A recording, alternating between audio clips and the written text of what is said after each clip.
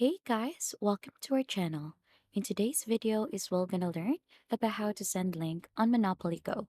So if you want to go ahead and try to send a link to your family or friends onto different devices on Monopoly Go, so this is a step-by-step guide for you. So as you can see, we're currently onto the game right now, and if you click onto the Go button, it will roll in the dice and it will move in the icon across the board.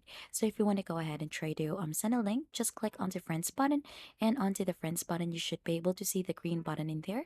Click onto that, and there are two options for the invite, the yellow one and the blue one. Click onto the orange one or the yellow one, and then once you click onto that, you should be able to see a pop-up wherein you could go ahead and try to copy out the link in there. So from there, you could be able to copy the link so that it would be pasted onto your clipboard, and you can paste it onto different platforms such as Facebook, Messenger, or as per your preference. And there are actually other options as well in there, as you can see, that you could choose to go ahead and try to send your link directly. And that's just basically it onto sending link onto Monopoly Go.